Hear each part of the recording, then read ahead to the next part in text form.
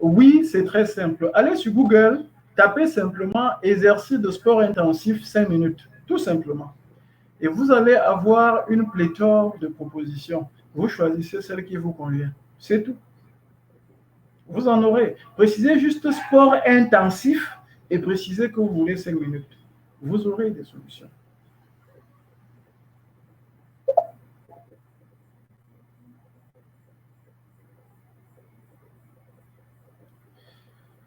Alors, est-ce qu'il n'y a pas de personnes de prédisposition particulière? Oui, oui. Dans toutes les disciplines, il y a des gens qui ont des prédispositions particulières. C'est pour ça qu'on parle de talent. Le footballeur Roger Mila n'a pas été meilleur que pas mal de footballeurs, forcément, parce qu'il s'est entraîné plus que tout le monde. C'est sûr qu'il s'est entraîné. Euh, mais il y a du talent aussi. Lionel Messi n'est pas là où il est parce qu'il s'entraîne comme personne d'autre sur la terre. Non, il y a du talent aussi. Il est clair que des prédispositions particulières existent dans chaque domaine. La différence fondamentale entre celui qui a des prédispositions particulières et celui qui ne les a pas, c'est que celui qui a des prédispositions particulières, en général, ira plus vite et ira plus loin. À l'époque, chez les joueurs de dames, habituellement appelés damiers, on avait tendance à dire que les meilleurs joueurs de dames, c'était les coiffeurs. C'était les coiffeurs. On disait, quand quelqu'un devenait très bon au jeu de dames, on disait c'est un coiffeur. Alors, pourquoi les coiffeurs sont réputés meilleurs joueurs de dames? Ce n'est pas forcément parce qu'ils ont de meilleures prédispositions que d'autres. A priori, les coiffeurs ne sont pas ceux qui ont des prédispositions intellectuelles les plus élevées et le jeu de dames est essentiellement intellectuel. Les coiffeurs s'entraînent plus que d'autres, c'est tout. Parce que chaque fois qu'il n'y a personne à coiffer, le plus souvent, il y a quelqu'un avec qui il peut jouer. Et parce qu'il s'est entraîné beaucoup plus que les autres, forcément, il finit par être meilleur. Mais après, quand vous voyez ceux qui les ont dépassés, très souvent, ils ne les ont pas dépassés parce qu'ils se sont entraînés beaucoup plus qu'eux. Ou seulement parce qu'ils avaient des prédispositions, ils ont étudié. Ils ont eu des livres, ils ont lu dans les livres les techniques de jeu. Ils ont lu dans les livres ce qu'il faut faire, ce qu'il ne faut pas faire. Ils ont lu des livres comment s'entraîner. Des fois, ils ont même eu un coach, quelqu'un qui les a aidés à être disciplinés. Je vous ai dit qu'il faut la discipline au départ. Alors, il y a des gens qui tout seuls ne peuvent pas être disciplinés. Il y a des gens qui n'auront pas l'autodiscipline leur permettant de se mettre dans un entraînement de haut niveau. Et le coach va venir les aider à le faire. Donc, vous comprenez que oui, il y a des dispositions particulières, on ne peut pas le nier. Mais nous disons, celui qui les a, c'est bien, il ira plus vite. Celui qui ne les a pas, en étant ferme et régulier dans la technique et dans la discipline, il ira très loin, tout simplement. Peut-être moins vite, mais il ira très loin. Est-ce que la méditation peut servir à booster ses capacités? Oui, la méditation va aider à améliorer les capacités physiologiques, essentiellement physiologiques. Ça va aider à améliorer les dispositions du corps à travailler. Mais voilà, j'aime bien comparer l'humain à un ordinateur. Vous avez appris sur les ordinateurs qu'il y a ce qu'on appelle le hardware, qui est le matériel, et le software, qui est le logiciel. Et la performance d'un ordinateur est étroitement liée aux deux. Si vous avez le meilleur matériel et le plus mauvais logiciel qui soit, l'ordinateur globalement ne sera pas bon à résoudre les problèmes. Si vous avez un mauvais matériel et un très bon logiciel, mais des fois, vous pouvez faire mieux que celui qui a un bon matériel et un mauvais logiciel. Ça, je peux très bien le dire en tant qu'informaticien. Les meilleurs algorithmes font toujours beaucoup mieux que la simple puissance de la machine. Alors, c'est pour dire que celui qui n'a peut-être pas de prédisposition particulière, s'il a le bon logiciel, s'il s'entraîne bien, il va y arriver. Celui qui médite, s'il se limite à la méditation, il va faire un bon matériel. Mais en l'absence de bon logiciel, ça va coincer.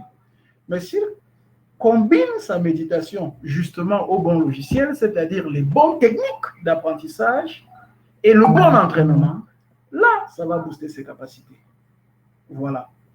Est-ce qu'en appliquant ces méthodes, on devient forcément bon? Alors, si vous appliquez de manière assidue, de manière disciplinée, les techniques d'apprentissage, vous devenez forcément bon. C'est comme si vous me demandez, est-ce que si quelqu'un faisait tous les jours au lever des pompes, est-ce qu'il finirait par être capable de faire 100 pompes? Bon, oui, 100 pompes même, pourquoi pas? Après, est-ce qu'il finirait un jour par le faire? Ou est-ce qu'après 3 ans, il pourrait le faire? Je dis oui, à moins qu'il soit malade. Mais vraiment malade. S'il a une maladie physique, ça va poser un problème, mais s'il n'est pas malade, il va y arriver. C'est la même chose au niveau intellectuel. Si vous êtes malade, il faudra d'abord qu'on vous soigne. Si vous avez un problème psychiatrique ou certains problèmes psychologiques médicaux, il faut qu'on soigne. Et à ce moment, oui, en essayant d'appliquer les méthodes, vous aurez même du mal à vous concentrer, à vous discipliner. Vous aurez même d'abord une difficulté dans l'application des méthodes. Si quelqu'un a l'Alzheimer, vous voulez que j'enseigne à quelqu'un qui a l'Alzheimer les techniques de mémorisation, alors que dès qu'il entend, il a oublié? Peut-être ça peut marcher, hein? Mais je ne peux pas garantir que ça va marcher. Je ne vais pas même dire qu'il va devenir bon. Mais si vous êtes en bonne santé, si vous êtes discipliné, si vous vous entraînez, ça devrait aller. Ça devrait absolument aller. Voilà. Bon, je vois qu'il y a plusieurs autres questions. Je vais d'abord avancer. J'y répondrai. Je reviendrai sur ces autres questions, mais je vais d'abord avancer. Et peut-être même en avançant, les réponses aux questions seront des fois contenues simplement dans l'exposé. Alors, je vais vous demander tout de suite, d'abord, de me donner, de vous rappeler les mots que je vous ai demandé de retenir. Que chacun prenne juste une autre feuille et écrive tous les mots dont il se rappelle. Sans tricher, on ne va pas vous noter. Que chacun vraiment librement écrive tous les mots dont il se rappelle. Et quand il a fini d'écrire les mots dont il se rappelle, vous avez à la limite 1 ou 2 minutes pour le faire. Il compare avec sa liste pour voir combien de mots il a pu restituer. Donc, on se donne 2 minutes pour cela.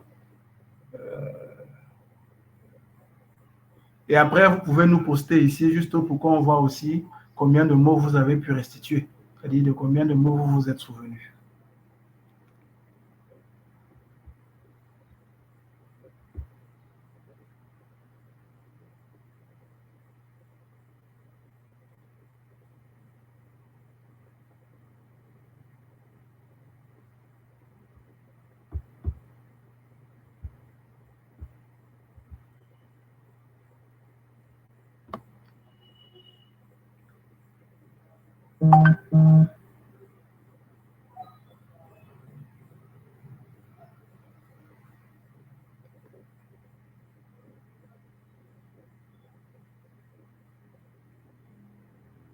Alors,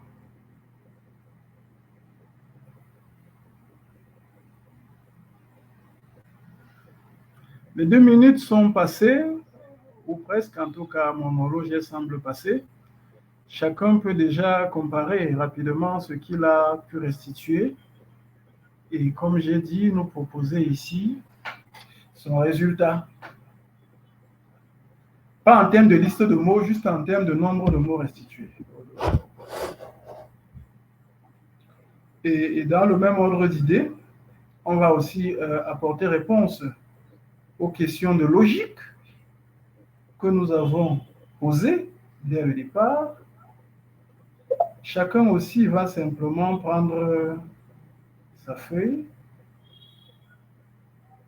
et je vais donner les réponses aux questions de logique. Chacun va simplement comparer sa réponse à celle que j'ai donnée.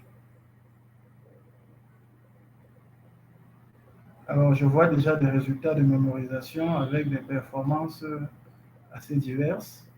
C'est bien.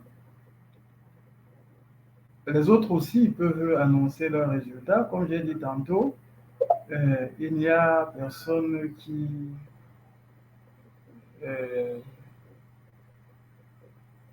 il n'y a pas de notation. On ne va noter personne là-dedans. Voilà. Alors, je reviens aux questions de logique. J'avais posé le premier groupe, il fallait répondre par vrai ou faux, il fallait dire si c'est vrai ou pas. Premier truc, si le soleil ne brille pas, alors Barack Obama est un Camerounais. Alors,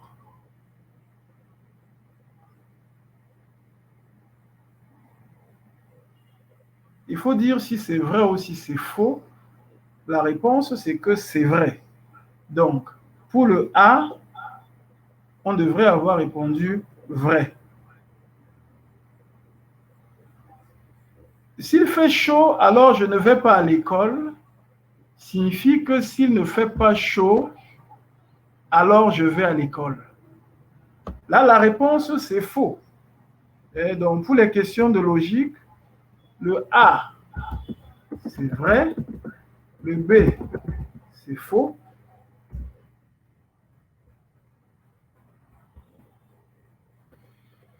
Dans un village, le coiffeur rase tous ceux qui ne se rasent pas eux-mêmes. Est-ce qu'il se rase lui-même? C'est le C, c'est oui. Oui, il se rase lui-même.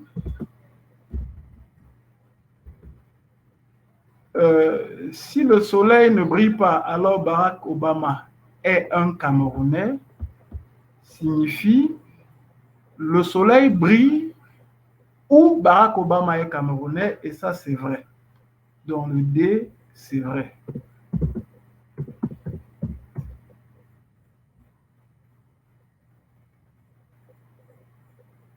Alors, chacun peut déjà, sur ce premier groupe, regarder quelles sont les réponses que lui il a apportées et comparer. Je veux au deuxième groupe donner la négation des énoncés. Alors, le premier énoncé, tous les hommes sont courts et Janine est sénégalaise. Négation, il existe au moins un homme qui n'est pas court ou Janine n'est pas sénégalaise. Il existe au moins un homme qui n'est pas court ou Janine n'est pas sénégalaise. Si vous avez utilisé tout dans la négation, elle est fausse. Si vous avez utilisé et encore, c'est faux. Si au moins un homme chante, la terre dansera.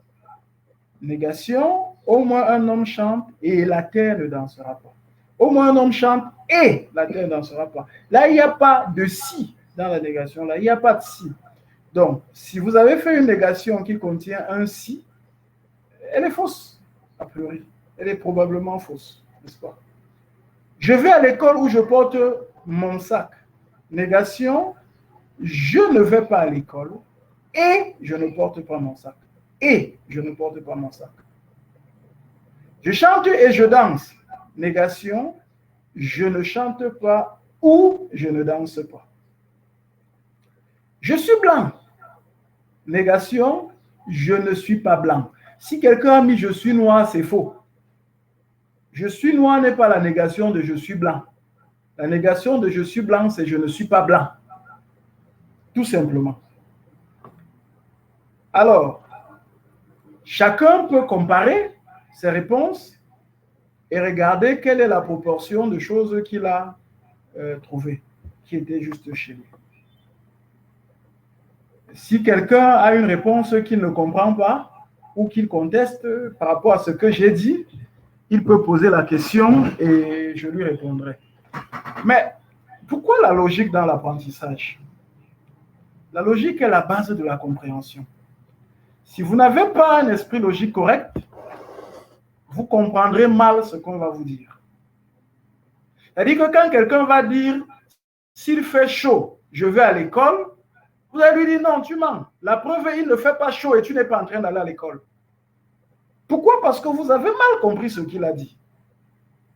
Et nous avons pas mal de débats qu'on voit au quotidien entre les gens qui ne débattent que parce que quelqu'un, justement, qui n'a pas l'esprit logique, comprend mal ce qu'on lui dit et ça devient une cause de débat. Imaginez alors dans l'apprentissage, quand vous devez apprendre.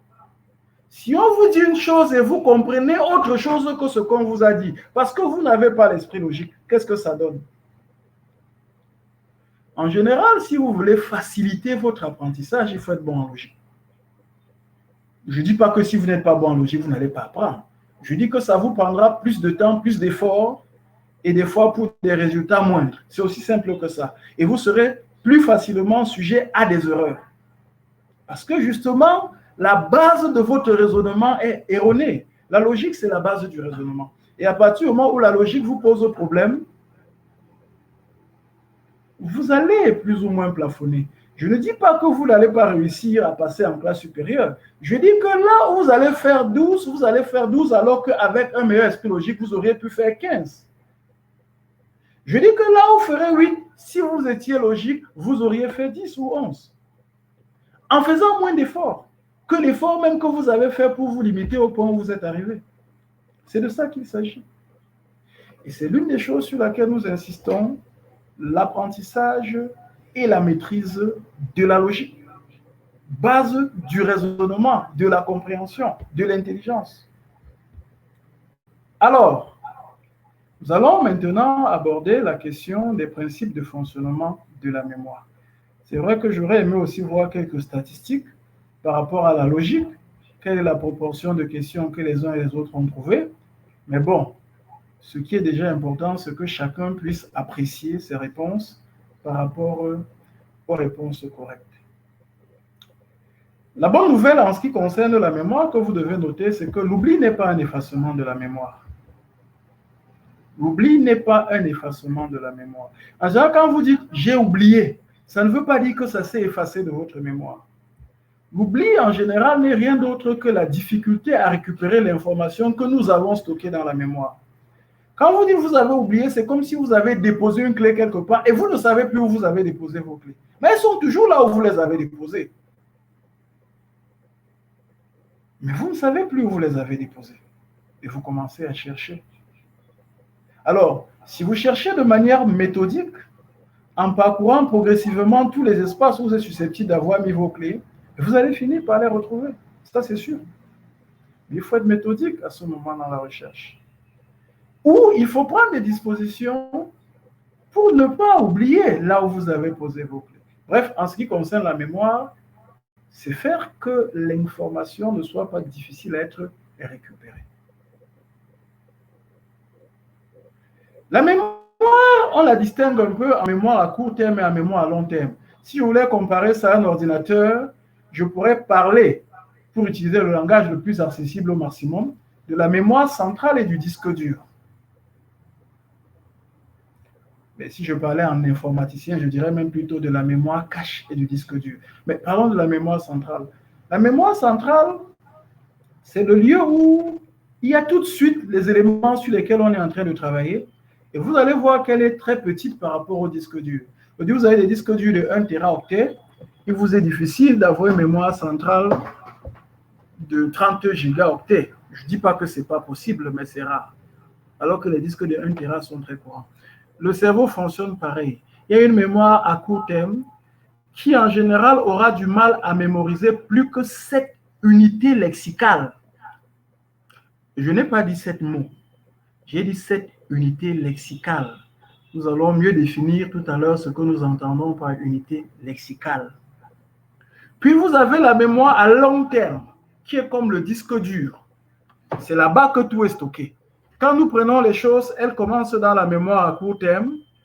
Et comme la mémoire à court terme est très petite, elles vont transiter et aller rapidement vers le disque dur. Il faut qu'on organise notre apprentissage de manière à tenir compte des limitations de la mémoire à court terme pour ne pas la saturer.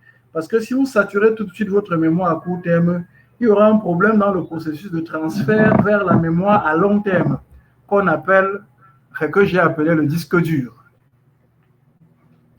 Laquelle mémoire à long terme travaille aussi comme si elle avait une sorte de mémoire tampon, où les données sont stockées pendant que vous êtes éveillé, pendant que vous êtes en train d'apprendre. Les données vont aller un peu presque comme dans cette mémoire tampon de votre disque dur. Et c'est au moment où vous dormez, c'est dans votre sommeil, que les données vont réellement être consolidées dans cette mémoire à long terme. Ça veut dire quoi? Le sommeil consolide la mémoire. Le sommeil, c'est l'un des éléments les plus importants pour votre rétention.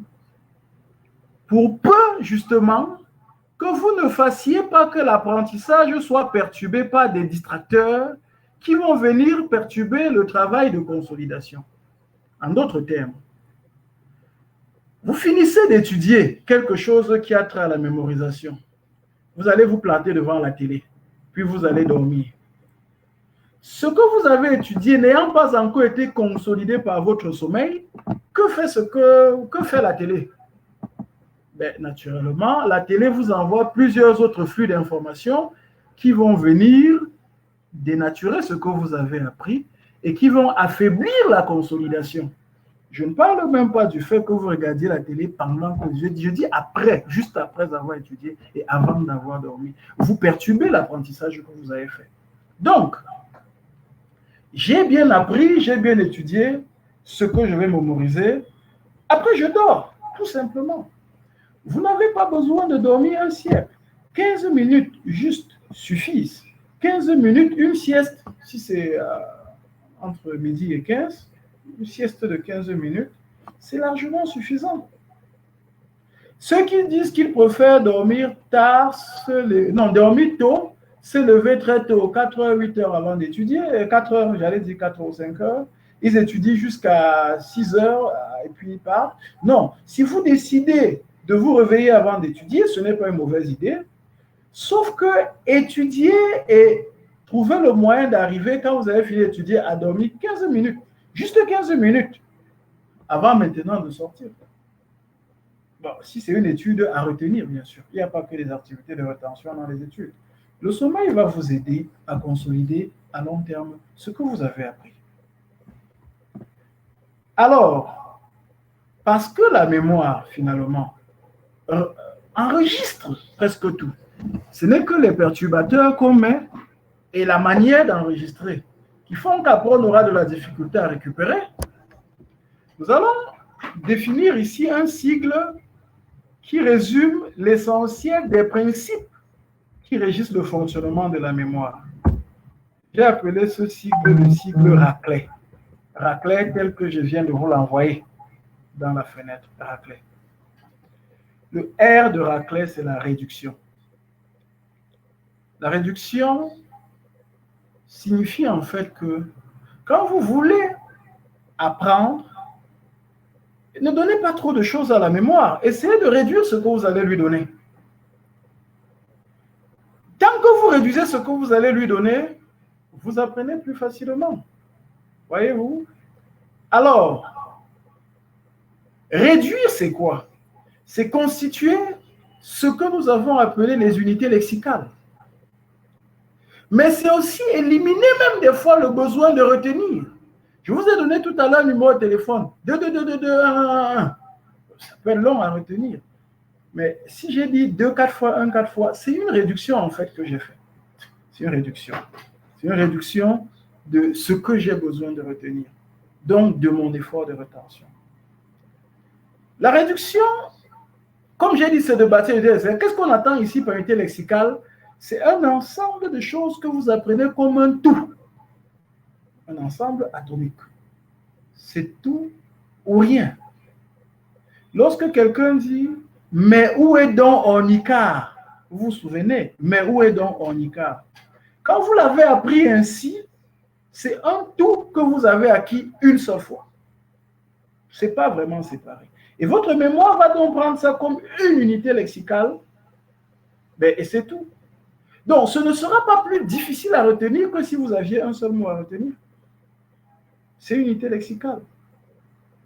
Donc, dans la logique de réduction, nous allons des fois transformer ce qui était plusieurs en un. Nous allons voir dans la suite un peu comment on s'y prend. J'imagine par exemple, vous devez étudier les temps passés en anglais, des verbes irréguliers, je prends comme ça, les formes du passé, tout ça. Vous avez pas mal de verbes, hein? Vous voulez apprendre l'anglais, vous voulez apprendre à bien faire. Celui qui n'est pas dans la perspective de réduction, il va se lancer là peut-être à étudier 100 ou 200 verbes et à réciter autant que possible toutes les conjugaisons. C'est incroyablement fastidieux. Mais celui qui est dans la logique de réduction va se dire, bon, écoute, si c'est en fait pour pouvoir me parler dans un contexte anglophone, et vous voyez, La base d'apprentissage, c'est tout de dire pourquoi j'apprends. Il faut toujours se poser cette question-là. Pourquoi j'apprends? C'est une question importante, fondamentale que nous allons revoir tout à l'heure. Si c'est pour parler avec les anglophones dans un contexte en anglais, je dis, allons-y. Quels sont les verbes les plus utilisés en anglais? Peut-être les 20 verbes les plus utilisés. Une fois que je les ai appris, qu'est-ce que je fais? Je m'en tiens à cela. Je vais me contenter de ces 20 verbes les plus utilisés dans un premier temps. Ça réduit beaucoup mon effort. Après, je vais me rendre compte qu'il y a des verbes qui gardent la même forme au passé comme au présent. Je peux en faire un bloc. Et dès que j'en ai fait un bloc, pour tous ces verbes-là, je n'ai pas 3 temps à retenir, j'en ai un seul. J'ai donc réduit mon effort. Et vous voyez, là, on est à la logique de ce qu'on a dit en haut, l'apprentissage actif, n'est-ce pas? Ce n'est pas l'activité que je vais concevoir, la réduction. Comment je vais réduire le matériel à apprendre. La deuxième chose, c'est l'activité. Et je viens justement de parler de l'activité, en disant que ce n'est pas l'activité que je vais réduire le matériel à apprendre. Bon.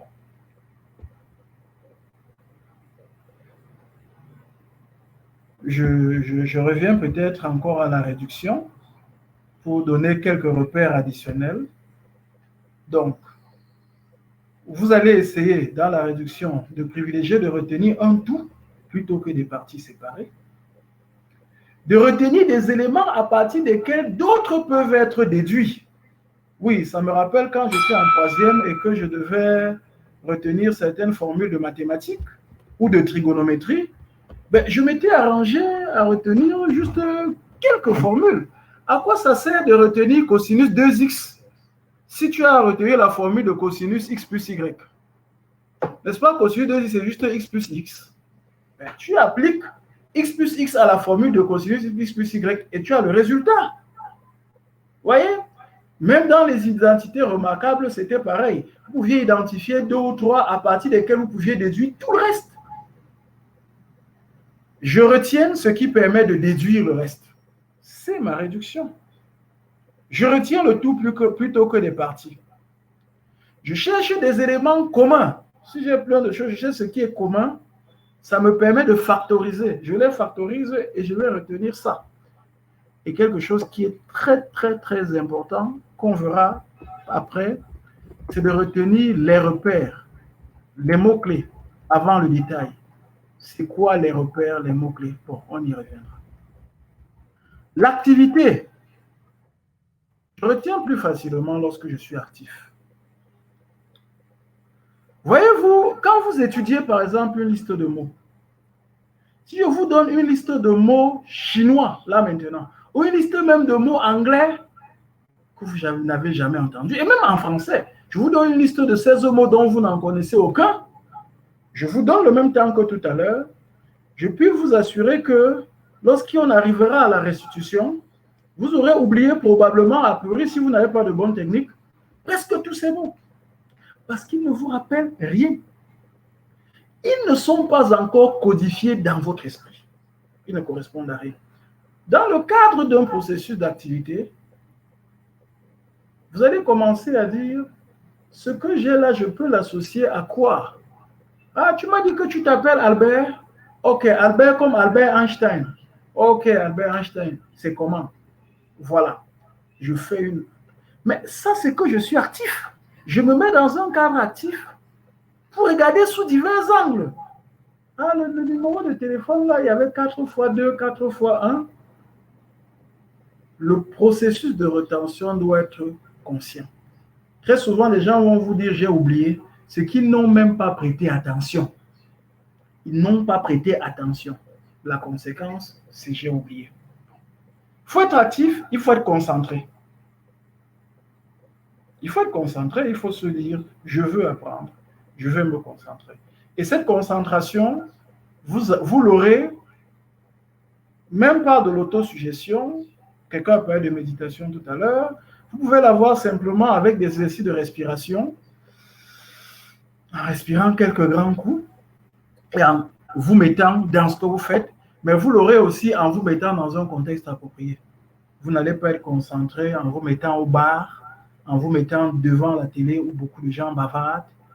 Il faut que vous sachiez une chose, la présence de voix est extrêmement nuisible à l'apprentissage. Ça veut dire quoi? Dès que vous devez apprendre quelque chose que vous devez retenir, et qu'à côté de vous, il y a de la voix humaine, de la voix, ça va faire chuter vos performances au moins de 33%. Vous pouvez étudier, il y a des gens qui vont dire non, s'il n'y a pas de bruit, je n'arrive pas à étudier, je m'endors. Mettez la musique instrumentale. Mettez Mozart, mettez Beethoven, mettez musique classique. Voilà. Pas la voix. Surtout pas la voix. Ça nuit complètement à votre concentration. Évitez des lieux qui ne vous permettent pas d'être concentré. Le deuxième, c'est de la clé, parce que R, c'était la réduction, A, c'était l'activité, le premier, c'est la concentration, le deuxième, c'est la catégorisation. Et la catégorisation, en fait, ça revient toujours à une forme de réduction, n'est-ce pas? Et ça se met en œuvre par l'activité. Il faut regrouper les éléments qu'on veut étudier. Il faut les regrouper en catégories. J'ai 16 mots à apprendre, c'est bien. Est-ce que peut-être je vais me rendre compte que certains de ces mots parlent des animaux? Je mets tous les animaux d'un côté. Peut-être je vais me rendre compte que certains de ces mots parlent des appareils électroménagers. Je mets appareils électroménagers. Donc, je peux fabriquer des catégories ainsi. Certains sont peut-être des verbes, d'autres sont des adjectifs. Bref, il faut trouver le moyen de bâtir des catégories de mots. Vous allez me dire que des fois, vous pouvez avoir des mots à retenir et il n'y a pas moyen de les catégoriser. Et certains vont me dire, mais on n'a pas que des mots à retenir, mais on va y arriver tout à l'heure. La très bonne nouvelle, c'est que même si vous ne savez pas faire des catégorisations logiques, parce que dans les catégorisations, il y a ce que nous appelons la catégorisation logique, il y a ce que nous appelons la catégorisation lexicale, la catégorisation sémantique. Et si vous ne savez pas faire tout ça, c'est très simple. Vous faites des regroupements. Vous prenez juste des mots qui, d'après vous, sont apparentés plus ou moins selon n'importe quel critère, même si ce n'est pas très évident. Vous faites des blocs de 4 mots. Si vous faites 4 blocs de 4 mots pour étudier 16 mots, vous êtes à l'optimum de rétention. Vous dites, j'ai fait mes 4 blocs. Vous les mettez juste dans des blocs. Des fois, vous pouvez juste colorier ces blocs-là. Vous dites, ça, c'est le bloc vert, ça, c'est le bloc rouge, ça, c'est le bloc jaune, ça, c'est le bloc noir ou blanc, je ne sais pas. Vous voyez, la seule chose qui fait la différence, c'est que vous avez des couleurs au bloc. 4 blocs, 4 mots par bloc, vous retenez. Vous pouvez apprendre avec après un certain entraînement, ces 16 mots-là, vous les apprenez en 1 minute. 1 minute, 4 mots de 4. Sinon, au pire, en 2 minutes. Et vous les retenez durablement. Maintenant, vous pouvez aussi, si vous voulez dépasser le 4 x 4 parce que vous avez plus de mots, 5 x 5. Mais il ne faut pas forcément faire plus. 4 x 4, c'est déjà bon, au pire 5 x 5. Catégoriser, c'est très pratique pour retenir. Faire des blocs. Voyez, si vous avez des clés, vous le faites, non? Quand vous avez des trousseaux de clés. Bon, c'était déjà vrai pour la réduction. Au lieu d'avoir 10 clés que vous avez une à une pour les garder, vous savez que vous allez les perdre, vous faites des trousseaux. Vous faites des trousseaux. Et après, si vous avez plusieurs clés de la maison, plusieurs clés au bureau, vous faites maintenant des petits trousseaux et vous les mettez ensemble. Mais il y a un trousseau, un sous-trousseau qui est celui des clés de la maison, celui des clés du bureau. Il faut catégoriser. Ça va aider à retenir. Une autre technique de rétention, le L de Racler, ou un autre principe de la mémoire, c'est la localisation. Alors, il se trouve que la mémoire des images est très, très développée chez l'humain. La mémoire des images. Et parce que la mémoire des images est très développée, les lieux se retiennent des fois beaucoup plus facilement que d'autres choses. Si vous pouvez arriver à localiser ce que vous voulez retenir, c'est-à-dire à le mettre dans un lieu, vous pouvez le retenir aussi plus facilement parce que vous l'associez à ce lieu-là. M comme ma maison. Je ne sais pas, vous pouvez donner un mot comme ma maison parce que ça commence par M. Vous cherchez des lieux et vous allez y arriver. Il y a des techniques. Vous cherchez des techniques de rétention basées sur la localisation. Vous pouvez même les chercher sur Google. Vous allez en trouver et elles sont très performantes pour ceux qui s'entraînent. Elles demandent un entraînement conséquent, mais quand vous êtes vraiment entraîné, c'est comme le saut dorsal. Vous connaissez le saut dorsal. le saut que les champions du monde font à la télé, là, quand ils font le saut aux Jeux Olympiques et autres. Ils sautent par le dos. Mais nous autres, du commun des mortels, on n'ose même pas le faire. Ça nécessite un entraînement et quand vous savez le faire, vous êtes meilleur que ceux qui font autre chose. Le A, c'est l'association. C'est l'une des choses les plus importantes, bien que les autres le soient aussi. Il est plus facile de retenir ce que vous savez déjà. Je vous ai dit tantôt qu'un mot qui vous est absolument inconnu vous sera beaucoup plus difficile à retenir qu'un mot que vous connaissez déjà. Il vous est très difficile de retenir. Il vous est beaucoup plus facile de retenir ce que vous savez déjà. Par conséquent, quand vous voulez retenir quelque chose qui vous semble neuf, nouveau, associez-le à ce que vous savez déjà. Trouvez le moyen de faire une liaison avec ce que vous savez. Cette association-là va faciliter la rétention. D'ailleurs, même la méthode de la localisation n'est qu'une association. La catégorisation, c'est une association de mots avec des catégories. Peut-être des catégories de couleurs ou des catégories sémantiques. C'est une association. Toujours pouvoir se dire, ceci me rappelle quoi? Je rapproche ou je rattache ceci à quoi? Si vous associez, vous retenez beaucoup plus facilement. Bref, si vous avez une nouvelle clé qui est isolée, vous allez plus facilement la retrouver en la joignant à votre trousseau de clés que vous aviez déjà, plutôt qu'à la laisser se balader seule comme ça dans l'univers. C'est ça l'association. De manière active, vous avez un truc à retenir, vous l'associez à quoi? Ah, celui-ci vient de me donner son nom. Il s'appelle René. Vraiment, pour ne pas oublier son nom, est-ce que je peux bien le visualiser, voir où je suis? Et je connais quel René. Ah, René Descartes. Oh, ok, voilà, c'est René comme René Descartes. Machin. Si vous associez, vous retrouvez. D'ailleurs, vous verrez que très souvent, vous oubliez, soit vous oubliez avoir rencontré quelqu'un et il vous dit, c'est à tel endroit qu'on s'était rencontré. Ah oui, ça me revient maintenant. Oui, parce qu'il y a eu cette association qui a été faite. Vous pouvez la faire au départ. Et votre mémoire, la mémoire fonctionne même fondamentalement par association. Tout ce que vous ne pouvez pas associer sera difficile à garder. Et tout ce que vous pouvez associer va aller plus rapidement.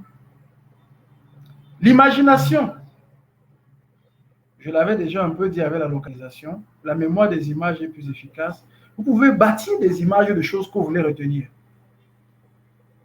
Je veux retenir chien, je peux visualiser un chien réel. Je veux retenir télé, je peux visualiser l'image de la télé. Ça me rappelle mon prof d'anglais de 3e, que j'ai toujours considéré comme le meilleur prof d'anglais que j'ai jamais eu, qui justement associait tout ce qu'il nous enseignait à des images. Il aimait faire des dessins, il vous donne des mots, il vous donne des dessins. Ah, j'ai commencé à avoir la moyenne en anglais, à avoir même de très bonnes notes en anglais, alors qu'avant, je pensais que c'était Dieu qui donnait l'anglais. Mais rien que le fait qu'il associe de l'imagination, qu'il vous pousse à visualiser, ça restait plus facilement.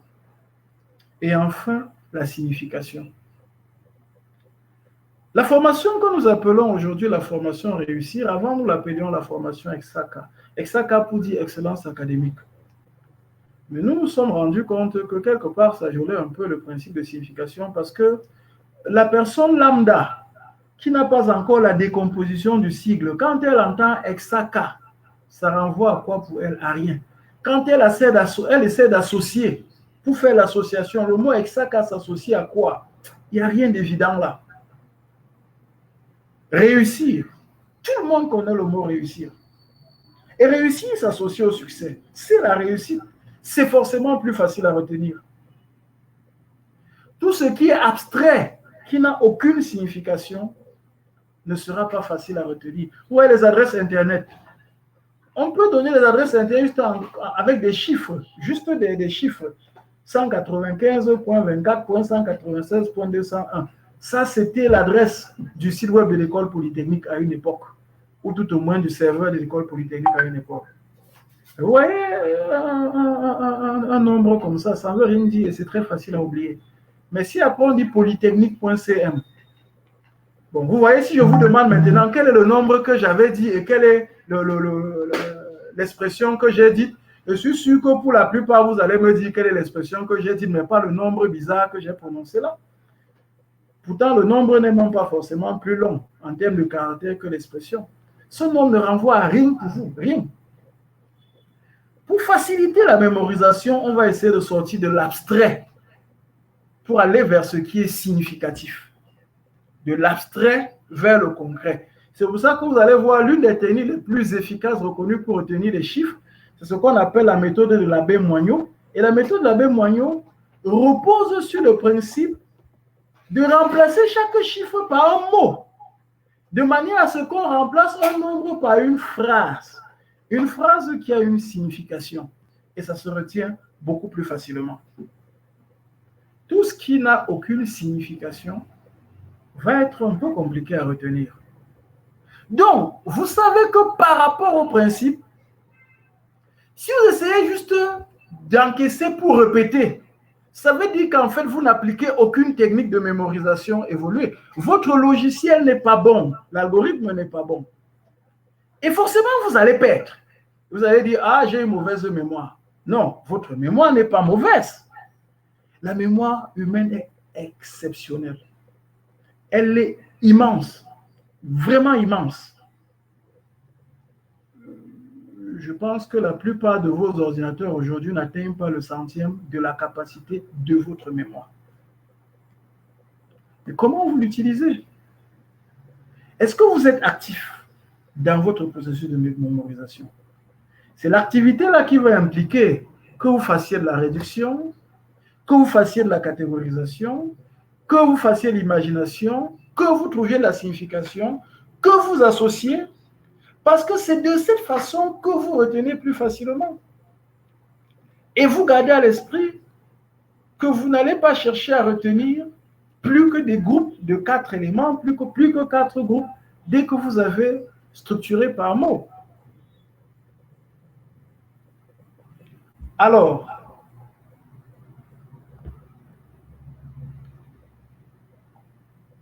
vous avez la base. Maintenant, lorsqu'on apprend ce que vous avez lu une seule fois, dans un bon contexte d'activité, de regroupement, vous pouvez le retenir très durablement. On a toujours tendance à croire qu'il faut d'abord lire, relire et relire et relire. C'est ça qui fait retenir vite. Oui, mais dans le fond, d'une certaine façon, ça abrutit plus la mémoire qu'autre chose. Il y a un temps de rotation. Si vous faites des rotations trop rapprochées, c'est inutile. C'est un peu comme un surapprentissage. Bon, naturellement, ça dépend de certains types de contenus. Il faut le reconnaître. Parce qu'en fonction de la longueur et de l'organisation du contenu et de la difficulté, les éléments peuvent changer. Mais la plupart des contenus, on va voir un peu comment vous devez les apprendre, sans forcément être dans une répétition un peu trop longue qui finalement n'améliore pas vos performances. Il faut le dire, ça vous prend juste beaucoup plus de temps d'apprentissage. Pour ça, on va rapidement aborder quelques techniques. Je vais commencer par, je dirais, une technique fondamentale que nous enseignons dans la formation réussie dans le cadre du cours de lecture rapide. Mais ça, c'est dans la lecture rapide, c'est utile aussi dans la compréhension et dans la mémorisation. La technique SQ3R.